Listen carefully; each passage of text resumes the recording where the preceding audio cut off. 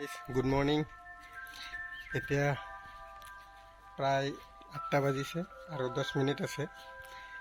এতিয়া আমাৰ মানে ছাপ্লাই পানী এৰিছে আৰু 10 মিনিট আগতে এৰিছে।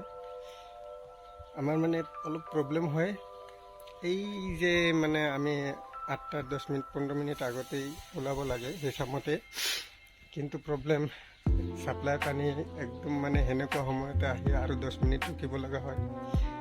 সেইকাৰণে যাওঁতে আৰু 10 মিনিট লেট হৈ যায়। এতিয়া আমি পানী মানে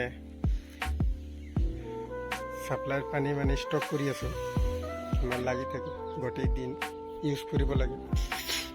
এতিয়া আমি মানে ছাপ্লাইৰ পানী মানে ষ্টক কৰি আছোঁ, লগত পাখে কিছুমান মানে ফুল গছ আৰু কিছুমান গছ গছনি ৰুই দিছোঁ, সেইবোৰত মানে পানী দিব লগা হৈ যায়।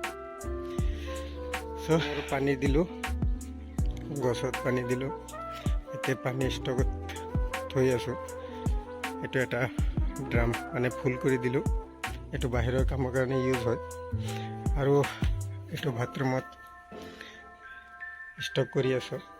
এইটো প্ৰায় ফুল হোৱা নাই, ফুল হ'ব, অলপ বাকী আছে।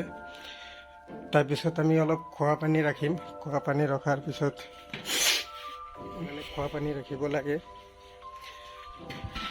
কেইটামান বটল আছে, বাল্টিং আছে, সেইবোৰত ভৰাই খোৱা পানীও ৰাখিম। চৰ্দি লাগি ৰাতিপুৱা গা পা ধুই মানে অলপ কাম বন কৰিলে চৰ্দি লাগি যায়। এনেও চৰ্দি লাগিছে 2-3 দিনমান হ'ল। চ' গাইজ, লাইক কৰিব, শ্বেয়াৰ কৰিব আৰু ছাবস্ক্ৰাইব কৰিব। এতিয়া আমি এই কামতে ব্যস্ত।